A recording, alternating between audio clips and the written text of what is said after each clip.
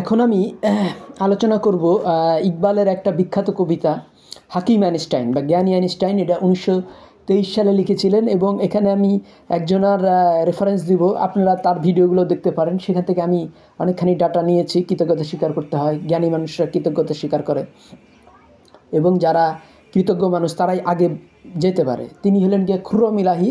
খুররম ইলাহিকে আমি চাই যে উনি ভারত পাকিস্তানের বিখ্যাত, বাংলাদেশে বিখ্যাত হয়ে যাক। তিনি অত্যন্ত জ্ঞানী একজন মানুষ এবং তারও কিছুটা লিমিটেশন আছে, ওইটাও আমি অতিক্রম করে দেখাবো। যে শেষ পর্যায়ে তিনি এইসা কিছু কথা বলেছেন এবং আমি দরকার হলে তার ভিডিও লিঙ্কও দিব, যেগুলো আপনারা দেখলে পরে আরও সুন্দর করে বুঝতে পারবেন। এবং আশা করি যে ভিডিও লিঙ্কটা দেখা লাগবে না আপনাদের। আমি যেহেতু এই বিষয়ে একজন জ্ঞান রাখি, আমি ভালো ব্যাখ্যা করতে পারবো এবং তিনি যেটা ব্যাখ্যা করতে পারেননি সেটা আমি ব্যাখ্যা করব। কারণ পাকিস্তানে এক ধরনের গণ্ডগোল আছে, সেটা হলে গিয়ে এক ধরনের লোক আছে যেমন পারভেজ ইলাহি। তিনি কিন্তু সায়েন্সে পড়েছেন, তিনি মানে ওই বাংলাদেশের জাফর ইকবালের মতো নাস্তিক, কিন্তু ডক্টরেট অফ সায়েন্স। তিনি অনেক পড়াশোনা করেছেন, কিন্তু আল্লামা ইকবালের বিরোধিতা করেন পারভেজ হুডবয়, পারভেজ ইলাহি না, পারভেজ হুডবয়। পারভেজ হুডবয়ের সাথে এই খুররম ইলাহির প্রায় লেগে যায়, কিন্তু খুররম ইলাহি আবার সম্ভবত তিনি সায়েন্সের লোক না। সায়েন্সের লোক হলে তিনি ওই জিনিসগুলো বুঝে ফেলতেন, তার লিমিটেশন। তিনি আবার আল্লামা ইকবালকে ভারত পাকিস্তান দুই জায়গাটাই বিখ্যাত করছেন। কিন্তু আমার যেহেতু কম্পিউটার ইঞ্জিনিয়ারিং ডিগ্রি আছে এবং আমি আর্টসের বিষয়গুলো পড়েছি, আমার জন্য এটা সুবিধাজনক। তা আমি ওই হাকিম আইনস্টাইন কবিতাটা একটু পড়ি, যেটা আমি অনেকখানি হেল্প নিয়েছি কার ভিডিও থেকে, খুররম ইলাহি ভিডিও থেকে। তো এই কবিতাটা প্রথমে ছিল ফার্সিতে, আগে বলে নিই। এটা 1923 সালে লেখা। 1923 সালে এটা লিখেছেন কে? এটা লিখেছেন হলো গিয়া আল্লামা ইকবাল। 1919 সালে আইনস্টাইনের থিওরি প্রমাণ হয়ে যাওয়ার পরে তিনি 1919 সালেই তিনি লিখতেছিলেন যে আমি জবাব দেওয়ার চেষ্টা করতেছি ওয়েস্টার্ন সায়েন্সগুলোর, আমি একটা জবাব তৈরি করতেছি। সেই জবাবটাই ফার্সিতে তিনি লেখেন। বইটার নাম হলো গিয়া পায়ামে মাশরিক। তো পায়ামে মাশরিক বইতেই এই ফার্সিতে কবিতাটা আছে, সেইটা উর্দুতে আলোচনা করেছেন খুররম ইলাহি। সেখান থেকে আমি আবার আলোচনা করতেছি বাংলায়, ঠিক আছে? এবং তার এই খুররম ইলাহির যে একটুখানি যে জায়গাটা বুঝেনি সেটার আমি ব্যাখ্যা দেবো। কাজেই দিল থামকে খারে রাহিয়ে, দিল থামকে শুনিয়ে, মানে হৃদয় দিয়া শুনেন আমার এই ভিডিওটা। হাকিম আইনস্টাইন কবিতার নাম হলো জ্ঞানী আইনস্টাইন। তো এখানে ইকবাল বলতেছেন, জ্ঞানী হাকিম আইনস্টাইন कहते हैं मैं बेताब हूँ मूसा की तरह। তাহলে হাকিম আইনস্টাইন বলতেছে আমি মুসার মতো বেতাব হয়ে আছি। মুসা কি বলতেন? হযরত মুসা বলতেন রাব্বি আরনি, আমি তোমাকে দেখতে চাই। কিন্তু কথাটা আসলে কি, লান তারানি, তাহলে তুমি আমাকে দেখতে পাবা না, ঠিক আছে? কিন্তু এই যে দেখতে চাওয়া, এই দেখতে চাওয়াটাই তো মানে গোটা বিশ্বের গ্র্যান্ড ডিজাইনটা বোঝার চেষ্টা করা। এটাই তো হলো গিয়া যে গোটা বিশ্বর যে এই আল্লাহ কীভাবে সৃষ্টি করলেন এই স্থান, এই কাল। স্থান আর কাল, যারা কান্ট পড়েছেন তারা জানেন যে কান্টের মেইন প্রজেক্ট ছিল স্থান আর কালকে হামাঙ্গি বা একসাথে করে ফেলা। তো স্থান আর কালকে আইনস্টাইন এটা একসাথে করেছে, কিন্তু কান্টের এই প্রজেক্টই মুকাম্মেল বা পারফেক্ট করেছিলেন আইনস্টাইন। তো এই প্রসঙ্গে তিনি যাচ্ছেন না। ইকবাল বলতেছেন যে মুসা আলাইহিস সালামের কথা, কারণ ইনি কিন্তু একজন, আমি এর আগের ভিডিওতে আমি ইকে নিয়ে আলোচনা করেছি, মুসা এবং বাদশাহ, ঠিক আছে? মুসা এবং বাদশার যে নাজরিয়াত পুরো আলাদা, সেটা নিয়ে আমি আরেকটা ভিডিও বানাবো। এবং এই ভিডিওটা বানাতে চেয়েছিলেন মুসা এবং আইনস্টাইনের যে দুনিয়া আলাদা, সেইটার ভিডিও বানাতে চেয়েছিলেন খুররম ইলাহি, সম্ভবত এখনও পাননি, কারণ আমি খুঁজে পাচ্ছি না। তো এই কারণ এটা বোঝার জন্য যে দরকার, সম্ভবত এখনও ম্যাটেরিয়াল জোগাড় করে উঠতে পারেননি, কিন্তু আমি হয়তো পারবো। সেটা আমি হয়তো দিব। ওই যে নাম কি বলে, বাদশার ওয়ার্ল্ড ভিউ আর আইনস্টাইনের ওয়ার্ল্ড ভিউ যে আলাদা। কারণ বাদশার ওয়ার্ল্ড ভিউ এবং হোয়াইট হেডের ওয়ার্ল্ড ভিউ কিন্তু একরকম। তারা ফিলোসফাররা এক ধরনের ওয়ার্ল্ড ভিউ চিন্তা করতেন, আর বিজ্ঞানী তিনি আরেক ধরনের ওয়ার্ল্ড ভিউ চিন্তা করেছেন। কিন্তু এখানে আমি আলোচনা করতেছি হাকিম আইনস্টাইন কী বলতেছেন, যে হাকিম আইনস্টাইন कहते हैं कि मैं बेताब हूँ মুসা কি তারা। তাহলে জ্ঞানী আইনস্টাইন বলতেছে আমি বেচাইন হয়ে আছি বা ইসের মতো, এই মুসার মতো। মুসা যেমন বলতেছে যে আমি খোদা তোমাকে দেখতে চাই, তার মানে কি খোদা। আর এখানে আইনস্টাইনও বেতাব হয়েছে ওই খোদা কীভাবে গোটা দুনিয়াটাকে সৃষ্টি করেছে, এই স্থান এবং কালে খোদা কীভাবে দুনিয়াটাকে সৃষ্টি করেছে। তো এই প্রতাপটা কিন্তু কান্ট হয়েছিলেন, কিন্তু কান্ট তো খ্রিস্টান, কিন্তু ইনি কিন্তু আবার কিন্তু কান্টের তত্ত্বটা পরে ইসলাম এবং ইহুদিবাদকে গোটা দুনিয়াতে করেছে এক আল্লাহকে। কারণ এটা হলো গিয়া গোটা বিশ্বের যে সৃষ্টিকর্তা তিনি একজন, কিন্তু খ্রিস্টানরা গড মানে তিনজনকে, এবং খ্রিস্টানদের মধ্যে অনেকখানি ঢুকে গেছে গ্রিক বা মতবাদ, এবং হিন্দুদের ট্রিনিটি গ্রিকদের মধ্যে ঢুকেছে, এবং সেই ট্রিনিটি কিন্তু আবার চলে গেছে কোথায়? খ্রিস্টানদের মধ্যে। তাহলে এই জিনিসটা আমাদের বোঝা লাগবে যে এই খ্রিস্টানদের মতবাদ কিন্তু কান্টের পরে আইনস্টাইন যেটা করলো সেটা কিন্তু মুসা কি আর আইনস্টাইন কি ইহুদি, তিনি তো তৃতীয়বাদে বিশ্বাস করেন না, তিনি বিশ্বাস করেন এক আল্লাহ। তো ওই জন্যই আর মুসলমানরা বিশ্বাস করে এক আল্লাহ। এই জন্য আইনস্টাইন যখন এই গোটা বিশ্বের জামান এবং মাকান মানে সময় এবং স্থান এবং কালকে এক করে ফেললেন, দুটাকেই অনিত্য বলে বুঝান, স্থান কাল যে চতুর্মাত্রিক ডাইমেনশন, সেইটা যখন আইনস্টাইন আবিষ্কার করলেন, সেই জন্য তিনি এই খুব খুশি হয়েছিলেন কে, এই নাম কি বলে, এই এখানে খুশি হয়ে গেলেন কে, এই খুশি হয়ে গেলেন ইকবাল। তো ইকবাল কবিতা লিখতেছেন আইনস্টাইনের জবানিতে, তিনি বলতে কবিতাটা নাকি জ্ঞানী আইনস্টাইন, তিনি বলতেছেন হাকিম আইনস্টাইন कहता है मैं बेताब हूँ मूसा की तरह। তাহলে আইনস্টাইন বলতেছে আমি মুসার মতো অস্থির হয়ে আছি। তো মুসা কি বলতেছিলেন যে রাব্বি আরনি, আমি খোদা আমি তোমাকে দেখতে চাই। আর এই গোটা বিশ্বটা কীভাবে তৈরি হয়েছে এটা মনে করেই তো খোদাকে দেখা বা খোদার এই বিশ্ব তৈরিকে দেখা বা বিশ্ব তৈরিকে বোঝা। তো এই জন্যই এই ঈশ্বরের মুখ দিয়ে আইনস্টাইনের মুখ দিয়ে কাকে বাইর করতেছেন কোন কথাটা, যে ম্যায় বেতাব হু মুসা কি তারহা।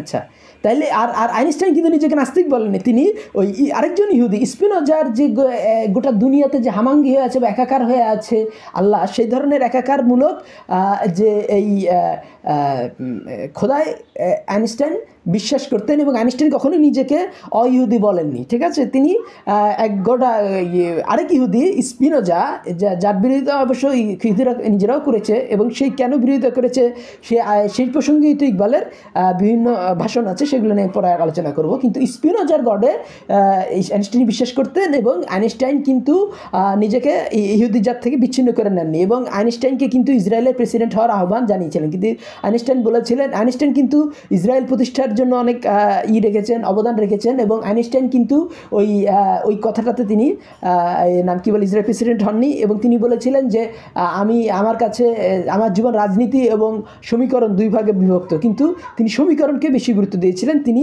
ইসরায়েল প্রেসিডেন্ট হননি। তো ওই জন্যই এই যেহেতু তিনি জাইনিজম সমর্থন করতেন, ইসরায়েল নিজেকে ইহুদি হিসেবে স্বীকার করতেন, ওই হিসাবে তিনি ওই আইনস্টাইনের মুখ দিয়ে কথাটা বার করতেছেন যে আইনস্টাইন কি বলতেছে, হাকিম আইনস্টাইন বলতেছে যে হাকিম আইনস্টাইন कहते हैं कि मैं बेताब हूँ मूसा की तरह, रोशनी की खलवत, তারপরে কি বলতেছেন, रोशनी की खलवत ও जलवत है जब रोशनी खलवत ও जलवत में जब रोशनी आता है तब आग लगा देते हैं उस दरख्त में। তাহলে এই যে দারাক্ত বলতে এখানে তিনি বুঝাচ্ছেন যে সৃষ্টির যে, তাহলে বলতেছেন যে ইকবাল বলতেছে রশ্মি যখন তার খেলা এবং প্রতাপ, হ্যাঁ, এই দুইটাতে যখন সে আলো যখন তার সৌন্দর্য এবং প্রতাপ এই দুই জায়গাটাতেই এসে যায়, তখন সে আগুন লাগিয়ে দেয় উস দারাক্ত মানে কি, যে সৃষ্টির দারাক্ত, তার মানে সৃষ্টির যে সৃষ্টিশীলতা, এই দারাক্তকে সে কি আগ লাগিয়ে দেয়, কে যখন আলো যখন তার সৌন্দর্য এবং তার শক্তি, তার খেলা এবং তার শক্তি, এই দুইটাতে যখন আলো আসে, তখন কি সে এই মহাবিশ্বের যে রহস্যের যে একটা গাছ আছে, সেই গাছে আগুন লাগিয়ে দেয়। আচ্ছা, ঠিক আছে, তাহলে আমি খেয়াল করে এই আগুন লাগানোর প্রশ্নটা কিন্তু পরে আমি পাবো, যেই অংশটা তিনি ব্যাখ্যা করতে পারেন নাই, ওই অংশটা কিন্তু বরাবরই ব্যাখ্যা করে আসছি। আমার 300-এর উপরে ভিডিও আছে, সে প্রায় ভিডিওতেই আমি হিউম আর কান্টের যে দ্বন্দ্ব, এই কবিতায় কিন্তু হিউমের তো কথাগুলো আসবে, লাস্টে দেখবেন মজা পাবেন, এবং এই অংশটা কিন্তু খুরমা মেলায় ব্যাখ্যা করতে পারেন নাই। এবং ব্যাখ্যা করতে না পারি কী কথা বলছেন সেই কথাটাও আমি আপনাদের মজা লাগবে। আচ্ছা, তাইলে এখন যে রশনি কি খালবাত, তাহলে এই যে রহস্যের যে বৃক্ষ আছে সেই বৃক্ষে আগ লাগিয়ে দেওয়া কখন কি রশনি যখন তার খালবাত ও জালবাত মানে তার খেলা এবং তার সুন্দর মানে তার প্রতাপ বা তার সৌন্দর্য ও তার প্রতাপ এই দুই জায়গাটায় যখন রশনি আসে তখন কি আগ লাগা দিতে उस दरख्त में, তার রশনি जब उसकी खलवत ও জালবত में आ जाती है तो আগ লাগা দিতে उस दरख्त में সেই রহস্যের যে বৃক্ষ সেই বৃক্ষে আগুন লাগিয়ে দেয়। তাই ইকবাল এখানে যে এই আগুন লাগানোর প্রশ্নটা আমি আসবো যে এই আগুন লাগানোর যেমন এই আগুন লাগানো হয় কি কখন, যখন ওই নাম কি বলে এই অস্ট্রেলিয়া বা আমেরিকায় দেখা যায় বনের মধ্যে আগুন লেগে যায়।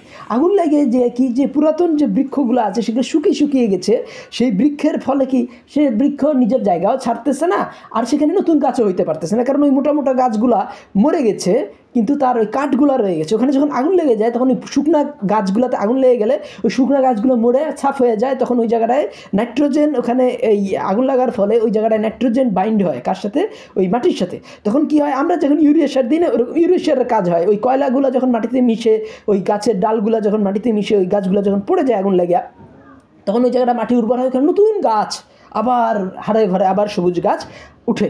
তো এরকমই এই হিউম কী করেছিল গোটা ফিলোসফিকে, এবং হিউম কিন্তু মানে তিনি রিজনকে ধ্বংস করে দিয়েছিলেন এবং তার ফলে কী হয়েছিল তার সেটাকে আমি লাস্ট পোর্শনে যে আরও হিউমকে বিস্তারিত আলোচনা করব। এখন একটু এই আগ লাগানোর কথাতে আমি বলতেছি যে এইখানে যখন আগ লাগাই দেয় তখন কি হচ্ছে যে নতুন গাছগুলো হয়। তো হিউম করেছিল কি গোটা এই কার্যকারণকে ধ্বংস করে দিয়েছিল। তখন ওই কান্ট এসে বললেন, এবং হিউম কিন্তু তার হজম হইতো না খাবার দাবার, তিনি ডায়রিয়া হইতেই মারা গেছিলেন। কিন্তু এই ডায়রিয়া কিন্তু কলেরা না, ফলে 1.5-2 বছর ধরে তার পাতলা ডায়রিয়া হইতো এবং মানে খাবার হজম হইতো না, বেসিক্যালি পাতলা পায়খানা হতো। অ্যাজ এ রেজাল্ট তিনি মারা গেছেন। নাম কি বলে ওই 1.5 বছর ধরে তার খাবার হজম না হইতে তো এই অনেক দুঃখে ছিলেন হিউম। তো হিউমকে একটা প্রচণ্ড আত্মবিশ্বাসকে এনে দিলেন কান্ট দেখাইলেন যে না, রিজন পায় না কিন্তু মানুষের ধ্যান তো পায়। তো ধ্যান, রিজন যেখানে পৌঁছতে পারে না মানুষের ধ্যান সেই জায়গাটা পায়। তো কান্ট থেকে কিন্তু গেটে যখন আসলেন তখন কিন্তু তিনি গেটে বললেন, যে জেনেছে নিজেকে সেই জেনেছে পূর্ব আর পশ্চিম, এখন আর যে জেনেছে নিজেকে আর অন্যকেও সেই জেনেছে পূর্ব পশ্চিম, এখন আর বিচ্ছিন্ন হবার নয়। মানে যে অহংকারকে, যে নিজেকে জানবে অন্যকে জানবে, তার মধ্যে অহংকার থাকবে না। সে জানবে যে ইস্টে এবং ওয়েস্টকে আর আলাদা করা যাবে না। মানে ইস্টের যে নাম কি বলে ভ্যালুস বা তাদের যে মানে জীবন সম্বন্ধে ধারণা, সেইটার সাথে ওয়েস্টের যে বিজ্ঞান, তাহলে ইস্টের ভ্যালুস আর ওয়েস্টের টেকনোলজি এই দুইটাকে একত্র করে ফেললেন কে গেটে, এবং গেটে আসলেন কি কান্টের পরেই। আর কান্ট আর হিউমের দ্বন্দ্বটা কিন্তু এই কবিতাটায় আসতেছে, এই কথাটাই বলতেছে যে হিউম কিন্তু আগুন লাগিয়ে দিয়েছিল। তো এখানেও কিন্তু এই আইনস্টাইন আগুন লাগিয়ে দিয়েছে। কীভাবে আগুন লাগিয়ে দিয়েছে? আলো, যেমন এই ফোটনের তত্ত্বটা 1905 সালেই তিনি আবিষ্কার করেছিলেন, ঠিক আছে। এবং 1905 সালে কিন্তু তিনি আরেকটা আবিষ্কার করেছিলেন, সেটা হলো গিয়া স্পেসিফিক থিওরি অফ রিলেটিভিটি। পরে তিনি 1915 সালে আবিষ্কার করেন জেনারেল থিওরি অফ রিলেটিভিটি। তো তারপরে 1919 সালে প্রমাণ হয়ে যায় জেনারেল থিওরি অফ রিলেটিভিটি। তো 1919 সালে তিনি বলতেছেন যে ইকবাল বলতেছেন আমি ওয়েস্টের একটা জবাব দিব। তাইলে ইকবাল কিন্তু ভেরি মাচ মানে তিনি আর্টসে পড়াশোনা করলো, তার একাডেমিক পড়াশোনা আর্টসে থাকলেও কিন্তু সায়েন্সের পড়াশোনা তিনি ব্যাপকভাবেই করতেন। এবং এরপরে একটা বই লিখে ফেলেছিলেন কে, বার্ট্রান্ড রাসেলের এবিসি অফ রিলেটিভিটি। এই বইটা আমিও পড়েছি। আপনারা যদি বার্ট্রান্ড রাসেলের এবিসি অফ রিলেটিভিটি পড়লে পরে আপনারা রিলেটিভিটির গোড়া তত্ত্বটা আপনারা বুঝতে পারবেন, ঠিক আছে। তো এবিসি অফ রিলেটিভিটি এই আইনস্টাইন লিখে ফেলেছিলেন এবং এই বইটা সম্ভবত ইকবালও পড়েছেন। তো এখানে কি বলতেছে, Roshni job খালবাত O জালবাত pay a যেতি হে আগ লাগা দেতি হে উস দরख्त में, মানে কি ওই রহস্যের দারাক্ত গাছে আগুন লাগিয়ে দেয়। তো ওই দারাক্ত মানে কি বৃক্ষে যে আগুন লাগানোর কথাটা, ওইটা কিন্তু আমি বললাম যে এই ইউরোপ বা আমেরিকায় কিছু গাছ আছে যখন মরে যায়, শুকনো হয়ে যায়, তখন ওই গাছগুলোতে আগুন না লাগলে পরে দাবানল যেটাকে বলে, নতুন গাছ সেখানে হইতে পারে না। তো এই হিউমও কিন্তু এই রিজনের দুনিয়াতে আগুন না লাগালে পরে কান্টের যে পরিপূর্ণ তত্ত্বটা, যে জ্ঞান এবং ধ্যান এই দুই পরিপূর্ণ তত্ত্বটা আসতো না, যেখান থেকে কান্ট থেকেই কিন্তু গোটা দুনিয়ার গোটা জার্মানি, গোটা ইউরোপ, আমেরিকা সব মানে মানে এই নাম কি বলে সে ইংল্যান্ড, ফ্রান্স এগুলো জার্মানি দখল করে নিতে চাইলো। গোটা এই দুইটা বিশ্বযুদ্ধের পরে আমরা ইন্ডিয়া স্বাধীন হয়ে গেলাম। তো এই ইন্ডিয়া, বাংলাদেশ, পাকিস্তান স্বাধীন হয়ে গেলাম। তো কাজেই এই যে দাবানল, এই দারাক্তমে আগুন লাগানোর কথাটা, এই কথাটা বুঝতে গেলে আপনাদের ওই বুঝতে হবে যে ওই নাম কি বলে ওই ইউরোপ, আমেরিকা বা ওই আমাজনের বনে যখন ওই দাবানলটা লাগে, সেটা কিন্তু মানে কোনো ক্ষতি করার জন্য না, ওইটা কিন্তু নতুন গাছ পয়দা করার জন্য। সেই জিনিসটা আমি বোঝানোর জন্য আমি ওই জিনিসটা ভালো করে বুঝাই দিলাম। তারপরে কি আরেকটা আসলো যে আগ লাগা দিতে উস দারাক্ত মে तारीख को रोशनी जिंदगी और मौत तमाम अशरार মজুদ হ্যাঁ। তাহলে এখন বলতেছে যে রশনির মধ্যে মানে ইতিহাসের মধ্যে আলো এবং জীবন সবই আছে। এখানে আলো বলতে তিনি বোঝাচ্ছেন, গেল কথাটা খেয়াল করেন যে ইতিহাসের মধ্যে কি আছে, রশনি, আলো এবং জিন্দিগি ও মত। তার আলোর মধ্যে ইতিহাসে কি আছে, আলো, এবং আলোতে কি আছে, জীবন এবং মৃত্যু, জিরো এবং আল্লাহ। ইকবাল কিন্তু বারবারই ওই মৃত্যুকে তিনি মানে খারাপ হিসেবে ধরতেন না। তিনি ইকবাল বলতেন মৃত্যু হলো কি যে কুশাদে দায়ের দিল, তাহলে এটা হলো ব্রিজ বিটুইন হার্ট। তাহলে মৃত্যুর ফলে কী পায়, অফুরন্ত জীবন খুঁজে পায়। তাহলে এই জিনিসটা তিনি বলতেন যে শহীদে মৃত্যুরকে তিনি বলতেন অমর হয়ে যাওয়া। ইকবাল কিন্তু বারবার নিজে শহীদ হতে চেয়েছেন। মৃত্যুর আগ মুহূর্তে তাকে বলা হয়েছে যে আমাকে সেই লাহোরে একটা মস্ক আছে, ওই মস্কের মানে মন্দির আছে, ওই জায়গাটা মানে এই এখন মন্দির হিসেবে না মসজিদ হিসেবে আছে, কারণ ওইটা রঞ্জিত সিং সম্ভবত ওই মসজিদ ভেঙে মন্দির করেছিলেন। তো ওই মন্দিরের কাছে রেখে আসতে বলছেন যাতে তারা শিখরা তাকে মেরে ফেলে, তাহলে কি তিনি শহীদ হয়ে যাবেন। তো এরকম তিনি ওই মানে ইকবালের মধ্যে আরেকটা কবিতা আছে যে আর একজন আমাকে বলছে যে আমাকে নাম কি বলে একজন এসে বলতেছে যে তিনি মানে ওই বলতেন যে টিপু সুলতানকে বলতেন কমপ্লিট ম্যান, কারণ তিনি শহীদ হয়ে গেছিলেন এই নাম কি ব্রিটিশদের হাতে। তো ওই ইকবালের ওই যে ওই কাবেরী নদীর উপরে যে কবিতা আছে, এটা অসাধারণ একটা কবিতা। তো আরেকটা আমি যে বলতেছি যে যখন তিনি মারা, এই নাম কি বলে এই ইকবাল কিন্তু বারবার ওই শহীদি মৃত্যুর কথা বলতেন। এবং তো ওই কাবেরী নাম কি বলে ওই এখানে ওই মৃত্যু আর জীবন আর মৃত্যু দুটোকে তিনি, এবং তিনি বলতেন যে মৃত্যু, হ্যাঁ, যে ইসলামী মৃত্যু বলে কোনো কথা নাই, মৃত্যু হলো কি নতুন জীবনের উদ্দীপনা। তো ওই জিনিসটাই এখন আমি একটু আলোচনা করব যে রশনি কি খালবাত ও জালবাত মে জব আতি হে রশনি তব বলছে খালবাত ও জালবাত মে জব আতি হে রশনি তো আগ লাগা দিতে উস দরख्त में तारीख को কি আছে, রশনি জিন্দেগি আর মত তামাম আশরার উসমে। ঠিক আছে, তাহলে ইতিহাসে কি হলো যে জীবন মৃত্যুর তিনি বলতেছেন যে তারিখ কো রশনি, তাহলে और জিন্দেগি আর মত কি তামাম, জীবনে কি আছে, ইতিহাসে আছে কি আলো, আর এই আলোর মধ্যেই আছে কি জীবন এবং মৃত্যুর রহস্য। ঠিক আছে, জিন্দেগি और मौत की असरार है उसमें। তাহলে ইতিহাস মে তারিখ মে হ্যাঁ রশনি, আর রশনি মে কি হয় জিন্দেগি আর মত কি তামাম আসরার উসমে হ্যাঁ। তাহলে ইতিহাসে আছে আলো, এবং আলোতে কি আছে জিন্দেগি এবং মতের রহস্য আছে আলোর মধ্যে। তার মানে কি আলোর এখন যে এই যে আলো হিসেবে পাস করে না এই কম্পিউটার সায়েন্সে, যখন ওই যে অপটিক্যাল ফাইবারের মধ্যে, তো একটা উপরের একটা স্কেলকে দেখানো হয় 1 আর নিচের এই 1 আর 0-র সম্বন্ধেই কিন্তু দেখা যায় যে এই 0 আর 1-এর মাধ্যমে সমস্ত কথাবার্তা, আমাদের ইমেল, আমাদের মুভি, আমাদের যত এই বৈজ্ঞানিক থিসিস সব যে পাঠাই আমরা এই অপটিক্যাল ফাইবারের মধ্যে, ওই 0 আর 1-এর মাধ্যমে কিন্তু চলে যায়। তো এখানেই কিন্তু ওই আলোর মধ্যে তিনি বলতেছেন যে আলোর একটা হলো কি খালবাত আর একটা হলো জালবাত। তাহলে কি হলো এই মানে একটা হলো সৌন্দর্য আর একটা হলো প্রতাপ, এই মাধ্যমেই কিন্তু জীবন এবং মৃত্যু সবই কিন্তু ওই আলোর মাধ্যমেই প্রকাশ হচ্ছে। তার মানে কি জিব্রাইল আর ইবলিস জীবন এবং মৃত্যু, ঠিক আছে, জিব্রাইল হলো জীবন, ইবলিশ হলো মৃত্যু। কিন্তু তিনি বলতেছেন ইবলিশেরও কিন্তু তিনি ইকবাল প্রশংসকের কবিতা আছে, তাহলে ইবলিশকে তিনি অত খারাপ হিসেবে দেখতেছেন না। তিনি বলতেছেন যে ইবলিশের রক্তেই কিন্তু সভ্যতা আগাইছে, তাহলে জিব্রিল জয়ী হবে, ইবলিশ মারা যাবে, কিন্তু ইবলিশ আর জিব্রিলের লড়াইটা কিন্তু মানব সভ্যতার জন্য দরকার আছে। তো ওই কথাটাই তিনি বলতেছেন যে रोशनी जिंदगी की तारीख में की है रोशनी है, रोशनी में है जिंदगी और मौत की तमाम असरार है उसमें।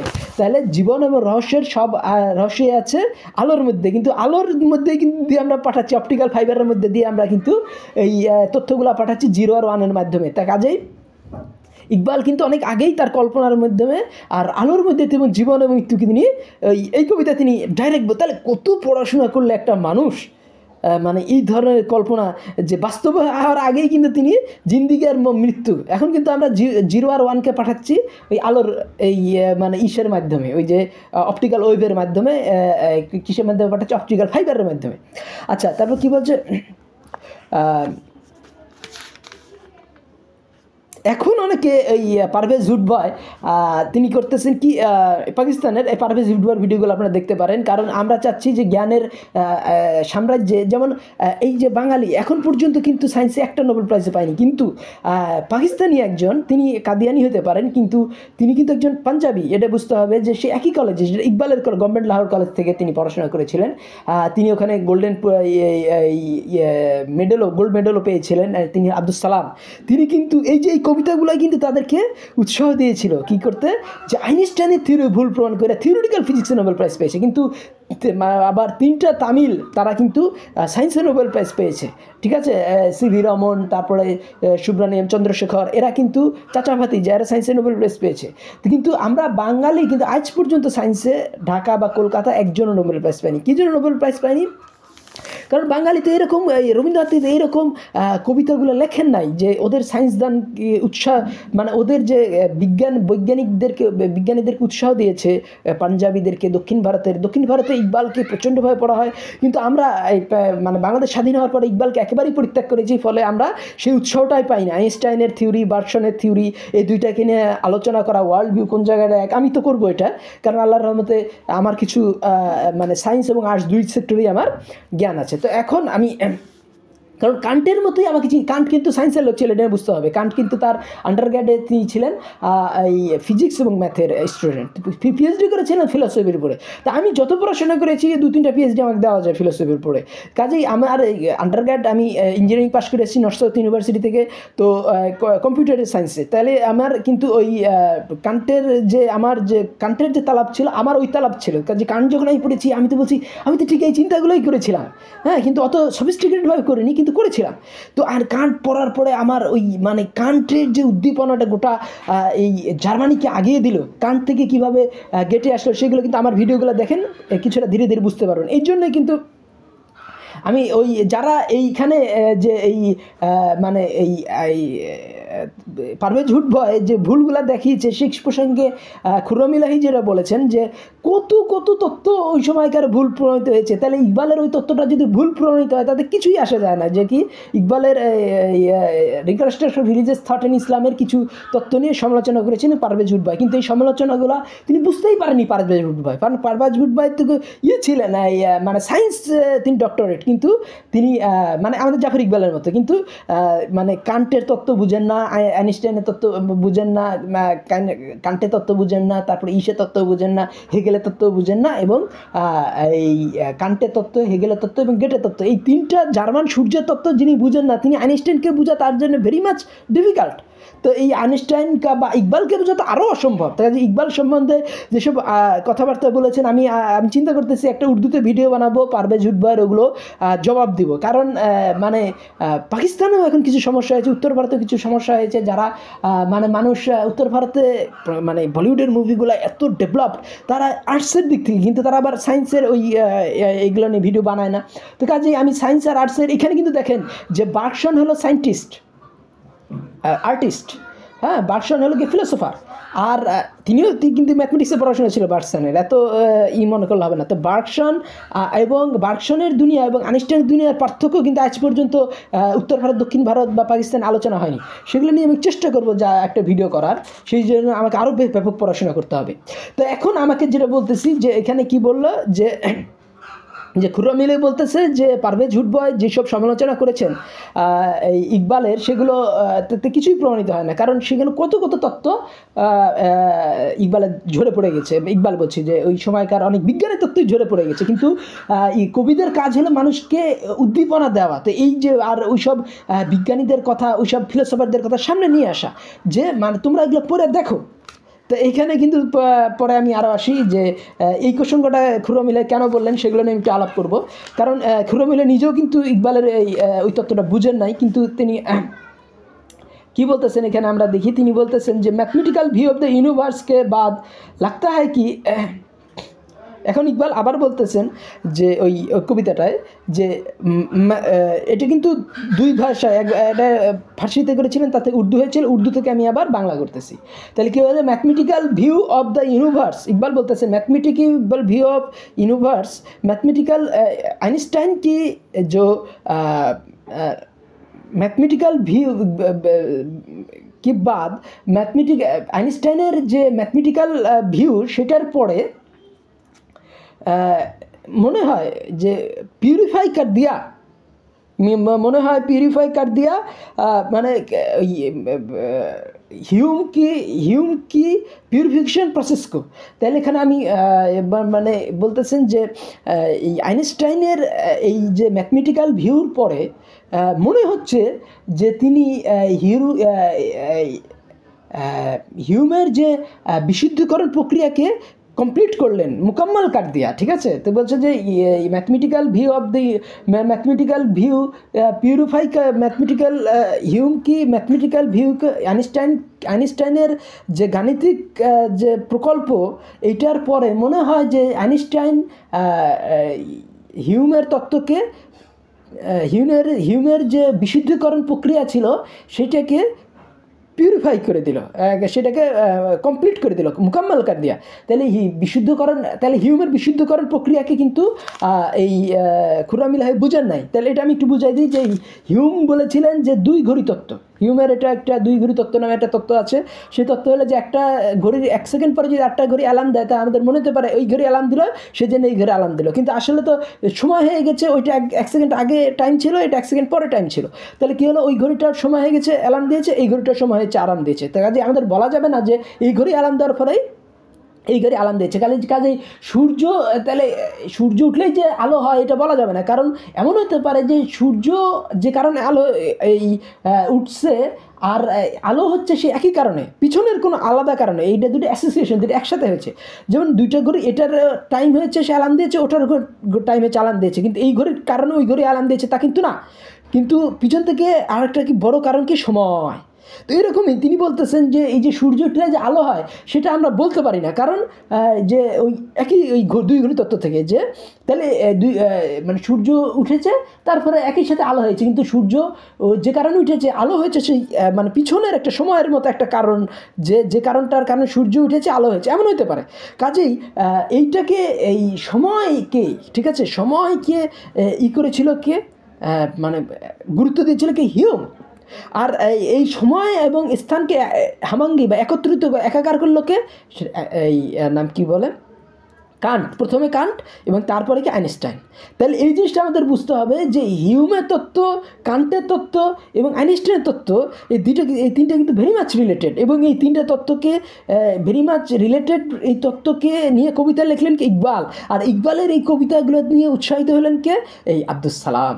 তিনি কিন্তু তাই আবার সে 3 নোবেল প্রাইজ পেলেন কি, গ্লাসো এবং ওই ওয়াইনবার্গের সাথে, ওই যে 4টা তত্ত্ব, যে না 4টা কি এই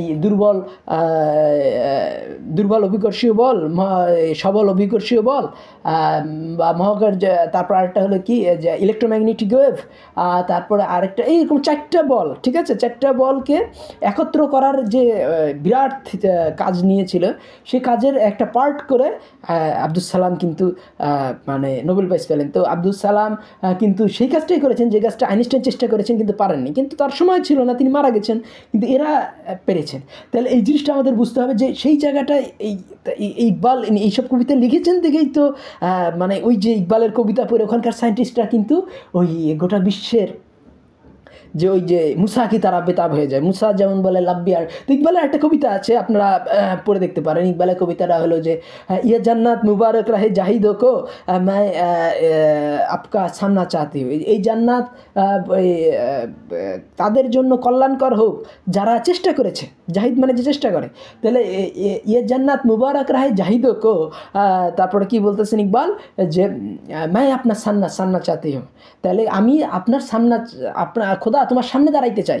তারপরে কি বলতেছেন, मैं ওই লাল তারানি শুননা চাতে, তাহলে কি ইকবাল বলতেছেন যে আমি ওই লাল তারানি মানে কি, যে তুমি হ্যাঁ আমাকে দেখবে না। তাহলে মানে খোদার সামনে গেলে ওই যে মুসা আলাইহিস সালাম যেমন কী করেছিল, খোদার সামনে গেছিল যে রাব্বি আরানি, আমি তোমাকে দেখতে চাই আল্লাহ, তখন আল্লাহ কী বললো, লাল তারানি, তুমি আমাকে দেখতে পাবে না। তাহলে এই যে আল্লাহর কাছে দেখতে চাও এবং আল্লাহর কাছে জবাব কি তুমি আমাকে দেখতে পাবে না, তো তিনিও কিন্তু ইকবালও কিন্তু বলতেছেন যে তারা জান্নাত চাই, আমি তোমার সামনে যেতে চাই, আর আমি ওই লাল তারানি শুনতে চাই যে আল্লাহ তুমি আমাকে বলো যে তুমি আমাকে দেখবে না। তাহলে অনেকখানি কাছে চলে গেল আল্লাহর। তাহলে এই যে মানে এইটা কিন্তু ওই আইনস্টাইনে কিন্তু বলছেন যে আইনস্টাইনে চেষ্টা করছেন কি আল্লাহর এই গোটা পৃথিবীর সৃষ্টি রহস্যটাকে বের করার।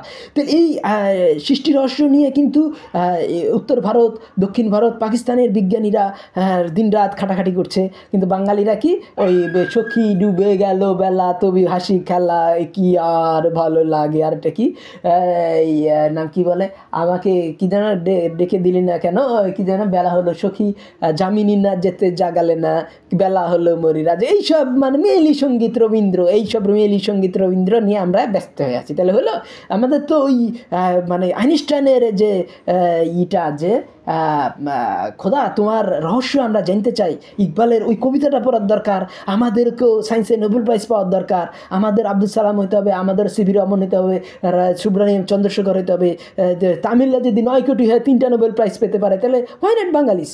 হ্যাঁ, তাহলে এই জিনিসটা কিন্তু আমাদের খেয়াল রাখতে হবে। তো কী বলতেছে যে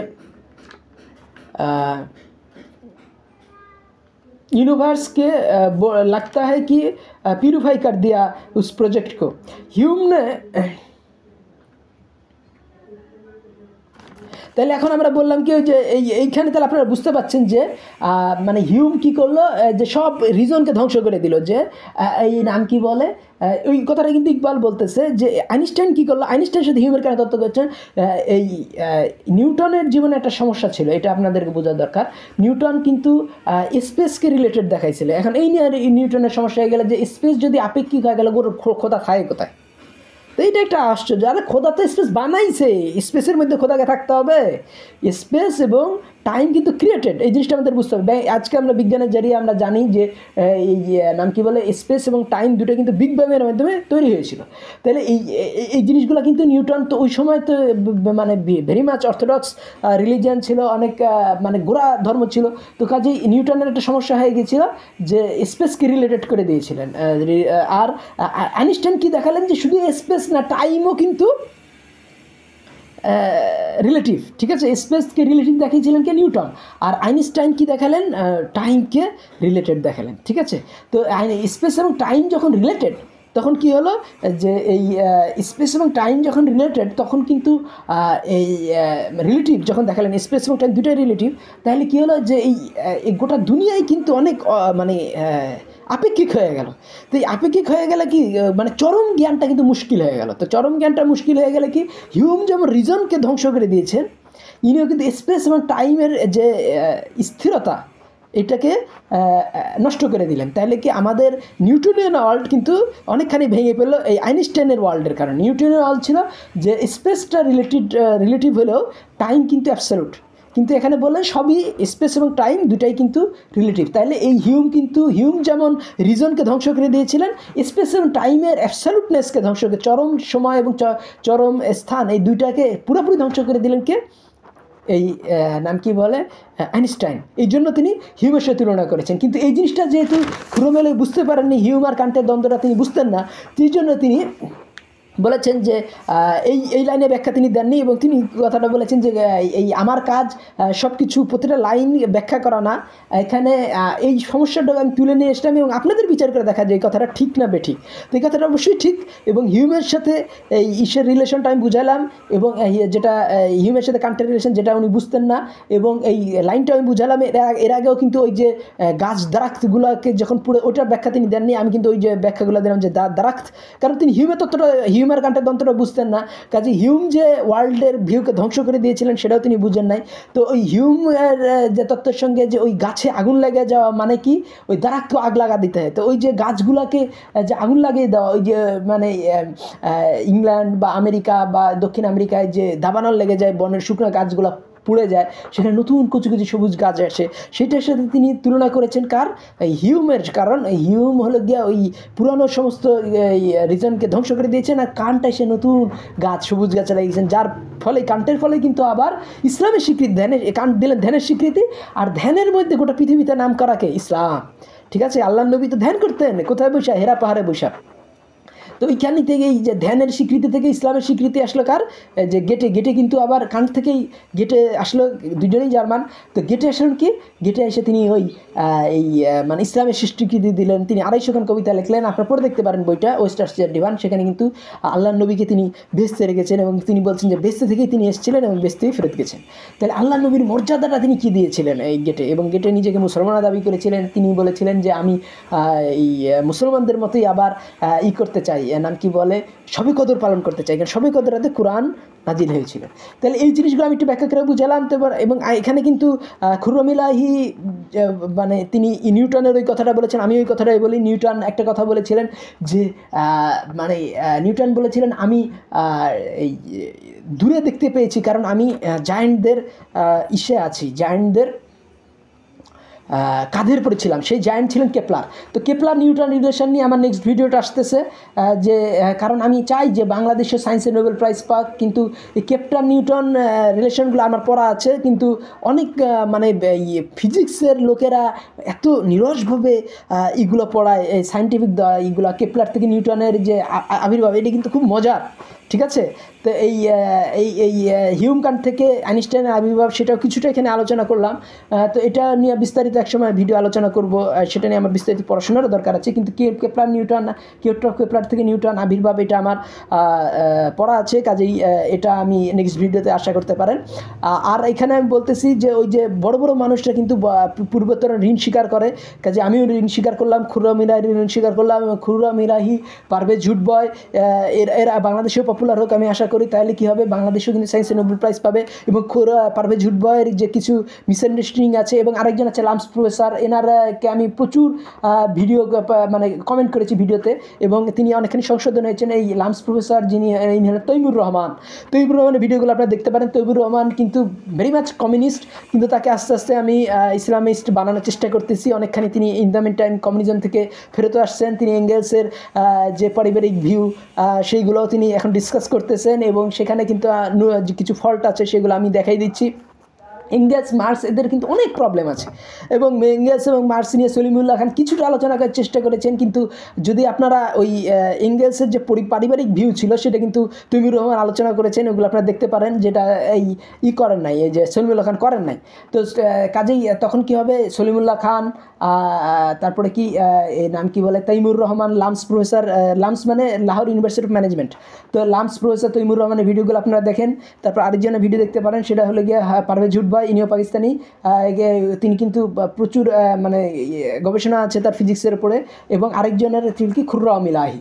তাহলে কি এই সলিমুল্লাহ খানের ভিডিও তো আপনারা দেখেনি, কিন্তু এই তিনজনের ভিডিও যদি আপনারা দেখেন, অনেক কিছু শিখতে পারবেন। বাংলাদেশে তখন কী হবে, পাকিস্তানের মতো সায়েন্সে নোবেল প্রাইজ পাবে, উত্তর ভারতের মতো সায়েন্সে নোবেল প্রাইজ পাবে, দক্ষিণ ভারতের মতো সায়েন্সে নোবেল প্রাইজ পাবে। দক্ষিণ ভারত তো তামিলরা 9 কোটি লোকেও 3টা সায়েন্সে নোবেল প্রাইজ পেয়েছে।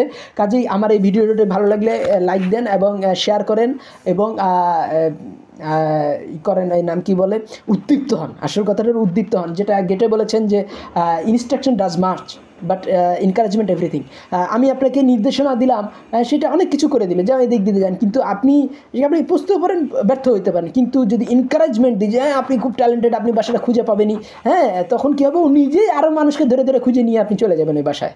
আপনি একটা ধরনের একটা বাসার আপনি ঠিকানা জানতে যাচ্ছেন, আপনাকে একজন বলে দিলে যে এদিক দিয়ে যাও, তো আপনি ওই জায়গাটা বুঝতে পারেন না বুঝতেন, কিন্তু আপনাকে যদি উৎসাহ দেওয়া যায় যে এভাবে ওই বাসায় যান, তাহলে কিন্তু আপনি সেই বাসায় অবশ্যই পৌঁছতে পারবেন। এই কথাটাই বলেছিলেন কান্ট, মানে গেটে। তিনি বলেছিলেন যে instruction does much but encouragement everything, যে নির্দেশনা অনেক কিছু কাজ করে, কিন্তু তাকে মোকাম্মল বা সম্পূর্ণ করে কি এনকারেজমেন্ট। তো এনকারেজমেন্ট দিলে পরে সব কমপ্লিট হয়ে যায়। তো এই এনকারেজমেন্টটা দিয়েছিলেন কে, এই ইকবাল। এই জিনিসটা আমাদের বুঝতে হবে, যেখানে প্রচণ্ড কীরকম, প্রথম লাইনটাতে আসি, তাহলে আপনি কীরকম উদ্দীপনা দিয়েছিলেন যে হাকিম আইনস্টাইন कहता है मैं बेताब हूँ मूसा की तरह, যে জ্ঞানী আইনস্টাইন বলতেছে আমি মুসার মতোই মানে অস্থির হয়ে আছি, তার কী জন্য অস্থির হয়ে আছে সেটা ব্যাখ্যাটা আমি দিয়েছি, যে ওই রাব্বি আরানি, যে আল্লাহ তোমাকে আমি দেখবো, আল্লাহ তোমাকে আমি দেখবো, মানে কি বিশ্ব কীভাবে তুমি আল্লাহ তুমি সৃষ্টি করলা। এই আইনস্টাইন এই বিশ্বতত্ত্ব সৃষ্টিতত্ত্ব নিয়ে চিন্তা করতেছিলেন। তো এক পরবর্তীতে কিন্তু আইনস্টাইন আব্দুল সালামও চিন্তা করেছেন, তারপর গ্লাসও চিন্তা করেছেন, আইনস্টাইন ওয়াইনবার্গও চিন্তা করেছেন, তারা সায়েন্সে নোবেল প্রাইজ পেয়েছেন। বাঙালিরাও এরকম সায়েন্সে নোবেল প্রাইজ পাক, বাঙালি মুসলমান বিশেষ করে, আমার সেটাই আশা। আমার কথাগুলো ভালো লাগলে আমার চ্যানেলটি সাবস্ক্রাইব করুন, উদ্দীপ্ত হন এবং শেয়ার করুন, লাইক বাটন ক্লিক করুন। ধন্যবাদ।